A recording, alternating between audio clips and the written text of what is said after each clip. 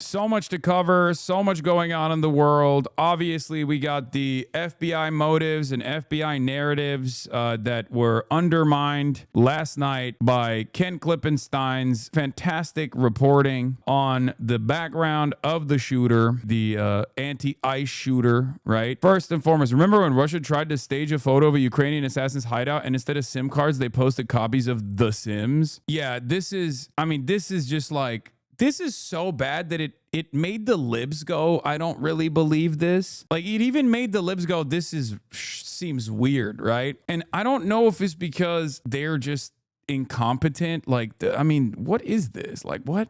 I don't know. It just seems so crazy. It seems like if they said ICE is not poggers, that would make more sense, dude, than anti-ICE on the bullet, you know? FBI Dallas and FBI headquarters have been working 24/7 to seize devices, exploit data, and process writings obtained on location in the subject's person residence bedroom. This FBI is committed to providing timely updates as promised. The perp downloaded a document titled Dallas County Office of Homeland Security and Emergency Management containing a list of DHS facilities. He conducted multiple searches of ballistics and the Charlie Kirk shot video between 9:23 and 9:24. Between 8:19 and 8:24, he searched apps that tracked the presence of ICE agents. One of the handwritten notes recovered read, "Hopefully this will give ICE agents real terror to think. Is there a sniper with AP rounds on that roof?" Further accumulated evidence to this points to indicated high degree of pre-attack planning. The FBI will provide further updates when able. So yeah, they're trying to tie this to like the ICE tracker apps, you know, like all of the grassroots mobilization against like ICE presence. Like they're gonna make that illegal too, I think. And I suspect they'll also simultaneously be like, yeah,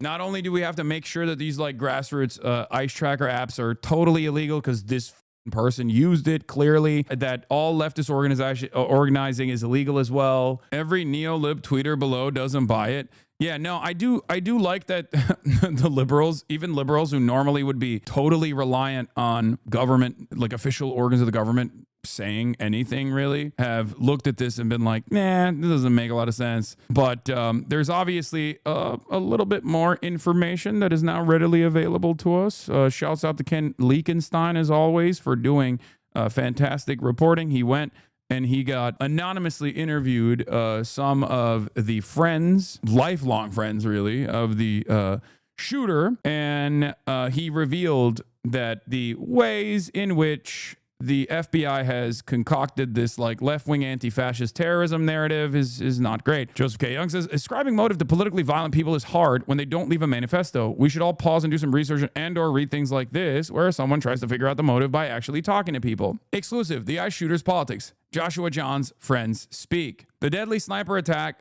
on a Dallas ICE facility this morning seems straightforward, with anti-ICE engraved on the unspent shell casing recovered from the scene, per the FBI. But after interviewing several of the alleged shooter's former friends, the picture isn't so clear. Within minutes of the shooting, FBI Director Kash Patel posted on X, while the investigation is ongoing, an initial review of the evidence shows an ideological motive behind this attack. See photo below. Now, what's crazy about it is, like, I need you guys to understand something. The FBI should not be doing this for two different reasons. One, in this circumstance, the investigation is irrelevant, really, because like the shooter died, right? He killed himself. But in situations where there's an ongoing court case, you're not supposed to taint the evidence by immediately coming out in public and creating a narrative framing around the situation. That's not something you can do. That's not something you should be doing in general, okay? But the other societal impact of the FBI doing this like very clearly biased immediate evidence farming is making people less reliant on the FBI as a reasonable actor. This is genuinely a problem if you believe that we have to be a nation of rules and laws, and you have to have like at least some commitment to these institutions that are going to be infallible to a certain degree. They're going to abide by an incredibly high standard when they're doing these sorts of investigations. Like, you can't be doing shit like this. I hate to sound like a liberal, but this is a ridiculous thing to do. You can't be running around and being like, this is a bad guy, and I found out exactly what their biases are, and I'll have you know, it might come as a surprise, but the shooter was exactly the opposite of my worldview, and was very clearly acting out in a way that I want to, you know, in all of the groups that I want to silence and suppress. You can't do that. You can't do that, man. You can't do that. Like, Can you imagine? After like a million different investigations that have been conducted to like right-wing political violence, like Joe Biden coming out and being like, guys, listen, I don't normally do this. I'm not even going to look at the manifesto. I'm just going to come out and be like, that's a right-wing guy. That's a right-wing guy. Bet you he's a Ben Shapiro fan. We got to start taking care of these Ben Shapiro style content creators. Like, that would be insane. And then having the FBI reveal this information immediately without any sort of serious investigation being conducted into the matter. So it's even worse when there is, it's even worse in the Tyler Robinson case because the shooter is not dead. So there is not only an investigation that will be conducted, but also a court case that will happen in the aftermath of this, right? You can't do this with Luigi Mangione in the way that the law enforcement agencies and people in positions of power have done. This actually taints the jury pool. This is like you're biasing, you're creating an environment, a narrative bias before due process takes place. It's grounds for a mistrial. Like, what the fuck are we doing? This is so ridiculous. Obviously, it's not going to happen, right? Given the severity of the crime, it's never going to happen. But like under normal circumstances, that is unironically what would take place. Being in this administration just feels like a race to the bottom. Everyone is trying to get out their Twitter posts as fast as possible for clout. Literally an administration of influence. I know you can't be doing that. You can't be doing that, little baby. If you want the FBI to be like a serious institution that people still respect, you can't be doing that. Get Kash Patel out of there, man. What the hell? President Trump responded to the shooting by blaming the radical left, vowing to sign another executive order to dismantle what he called domestic terrorism networks. This comes at the heels of another executive order he signed this week, designating Antifa a domestic terrorist organization, as I previously reported. I have been briefed on the deadly shooting. We already read this yesterday, but he said, I've been briefed on the deadly shooting. It's Antifa. You can't compare ICE agents to Nazis. That's completely unacceptable. All this stuff, right? Vice President J.D. Vance, meanwhile, says, we know that this person was politically motivated, pointing both to the inscriptions and some evidence we have that's not yet public. On the off chance the shooting wasn't what it looked like, I reached out to people who knew the gunman, 29-year-old Joshua Jahn, 3 who knew him since at least middle school and agreed to speak to me on the condition that I not name them, corroborating their friendship with photos and other records. Their accounts paint the picture of someone with a vaguely libertarian bent who despised both major parties and politicians generally, including Trump, but who didn't engage with politics beyond that. He preferred edgy humor, video games, and the message board 4chan, all of which he became increasingly steeped in as he withdrew from social life as well as their own friendships several years ago, they said. None of his former friends believed the anti-ICE inscription could possibly be sincere, feeling such a serious political statement was anathema to who Jahn was. His humor was deeply ironic, often offensive, and aggressive to the point of alienation. Classic leftist site 4chan, before you say classic leftist site 4chan, there are leftists who are on 4chan as well, okay? That's true. It's not just right-wingers, even though it's most famous for right-wingers, and the likelihood that you're a right-winger, if you're on poll, especially, though you're most likely a right-winger, but that doesn't mean that there aren't leftists on 4chan, okay? Just remember that. He was most certainly an edgelord, an irony guy, one friend said. Edgelord is online speak for someone who doesn't like, who likes to espouse edgy nihilistic views. Asked about the inscription on the bullet, the friend said, Josh was an edgelord who wanted someone to get blamed. I think he tried his best to write something goofy to rile people up. Another friend showed me a Facebook post describing how Jahn had flooded his friend's comment section with rape jokes. Playful shock humor, the friend said. Insane. Hey man, that's just playful shock humor. John's profile on the gaming platform Steam showed the vast amounts of time he spent playing video games, particularly shooters, more than 6,000 hours on Rust, which, oof, red flag. That's, no disrespect to Rust, but bit of a red flag there, 3,000 on Team Fortress 2, 1,000 on Left 4 Dead 2. He even found time to play 3.5 hours in the past 2 weeks, the account shows. Among the dozen or so usernames he used, one was reading #impeachment. When I asked if this wasn't a clear reference to anti-Trump politics, his friends recoiled at the idea that he would express opposition to Trump so sincerely and straightforwardly. Instead, they saw it as a part of his broader ironic persona, poking fun at the anti-Trump resistance types. Hanky Bob, clan tag. Users also played as Sam I Am. That said, one friend recalled that when Trump first came to power, Jahn was not a fan, though he had contempt for mainstream politicians in general.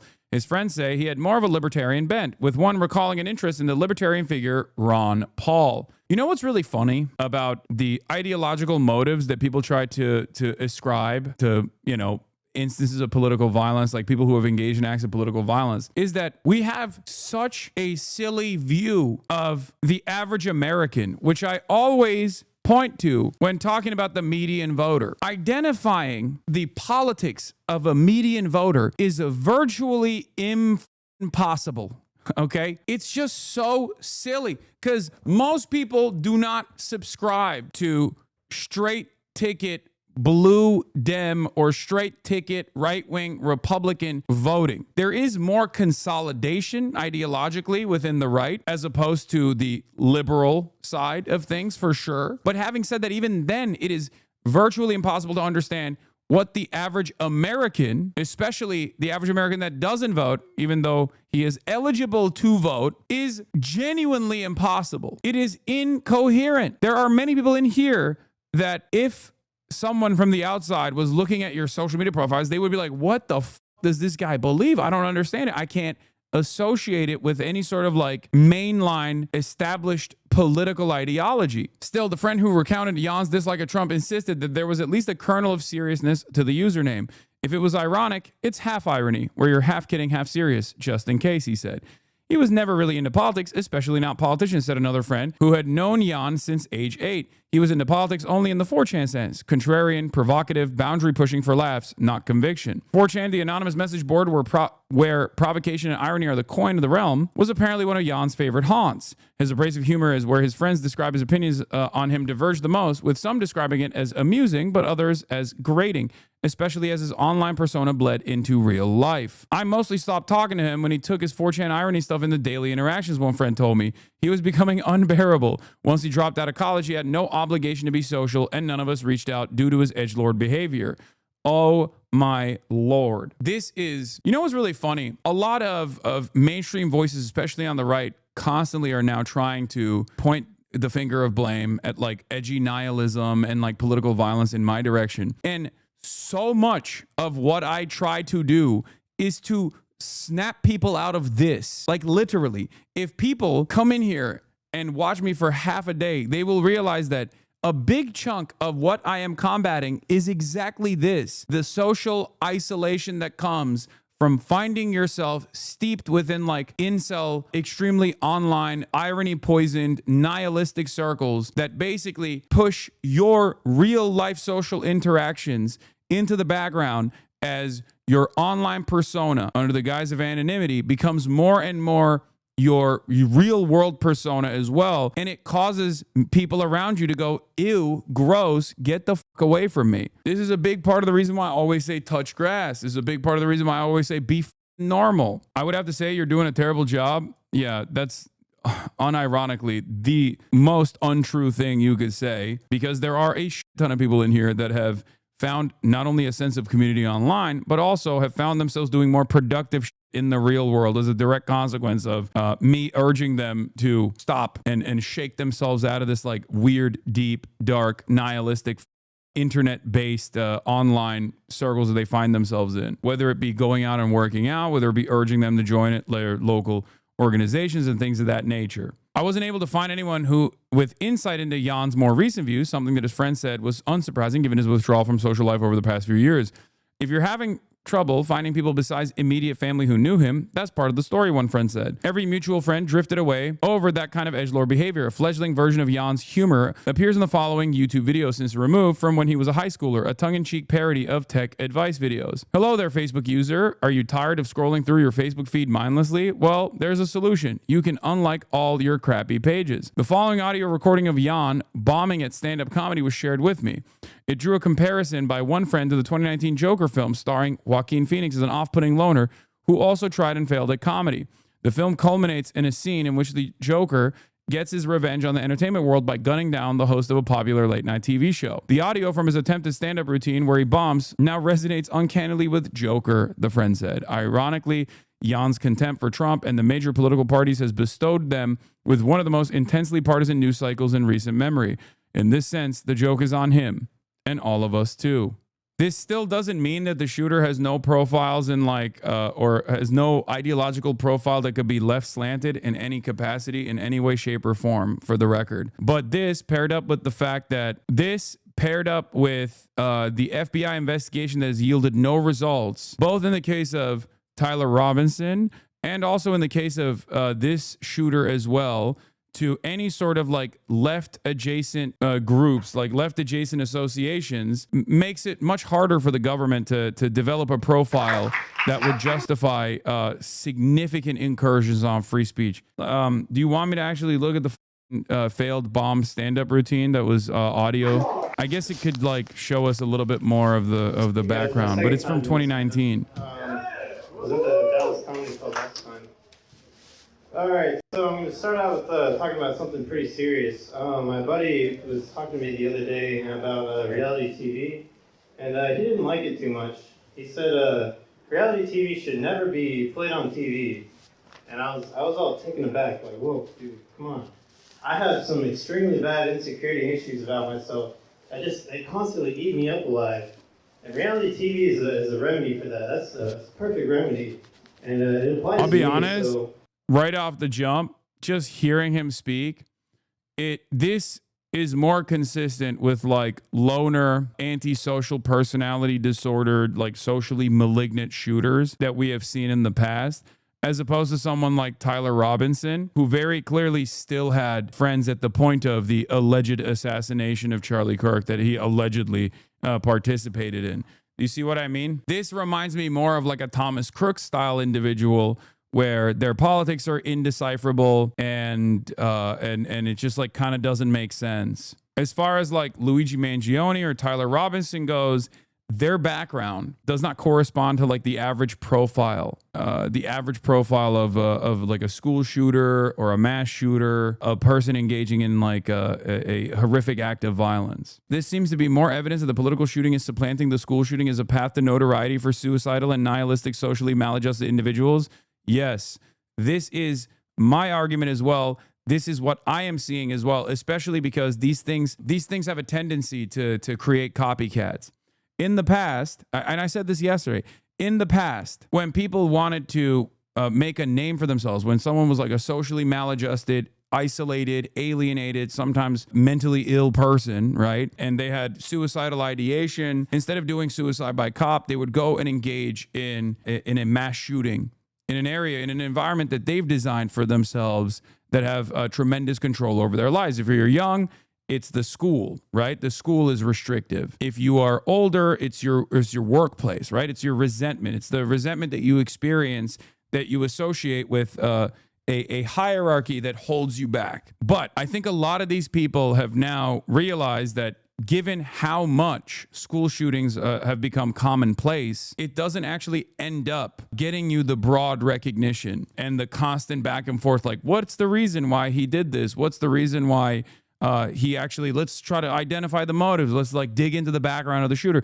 Because like the evidence itself is built in. I mean, look at the Annunciation Church shooter, right? Right-wing profile, insane, highlighted a bunch of white nationalist mass shooters. That was a story that was around for like 2.5 days. And then people made their partisan motives. People made their partisan framework very clear in that process. And then they just moved on. So you don't get the same level of elevated profile from stuff like that. So then you see, I think, people engaging in acts of political violence potentially, because they think this will allow people this will give them more notoriety. If I were to dive into the mindset of a person like this, I suspect that this is for them a way to chase fame, a way to have a semblance of control over their lives when they feel like they've completely lost all power. They have no way of developing autonomy. They feel alienated. They feel isolated. They don't have any friends. They don't have any purpose in life. And they feel like this is a way to become powerful in their own minds. This like sick, twisted way to try and get notoriety and therefore some kind of power even after they die. Now, I don't think that for Luigi that was the case, right? I don't know, but it didn't feel like that was the case for Luigi Mangione. But it doesn't matter because like the endless back and forth in the aftermath, the endless media cycle, looking at the motives and looking at the causes of why this kind of violence was outright celebrated, right? Allegedly with Luigi Mangione. That in and of itself, I think, created a media environment that made it so that other people would look at that and be like, I want that. Like, I want that for myself. I want this kind of fanfare, or I want this kind of endlessly diving into the background of someone like me, little old me, becoming high profile, which of course is genuinely worrisome for two different reasons. One, because it's just yet another, like, the more high profile shootings take place and the more this kind of violence we are desensitized to, the more people will try to increase the intensity in the aftermath of that, especially if people in positions of power feel fearful. They will greatly clamp on those who they believe are responsible for this kind of radicalization.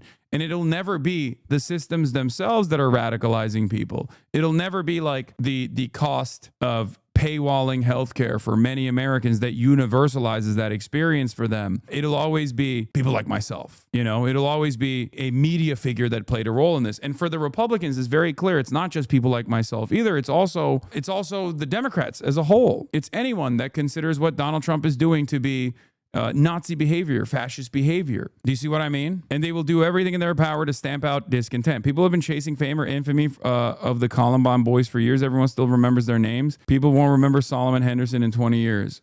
Yeah, the irony, of course, is that the increasing frequency of these kinds of violence, these kinds of violent incidents, also leads to an overall desensitization to these kinds of violent incidents, and therefore it causes people that are chasing infamy by engaging in this incredibly violent act to not even get that infamy anyway.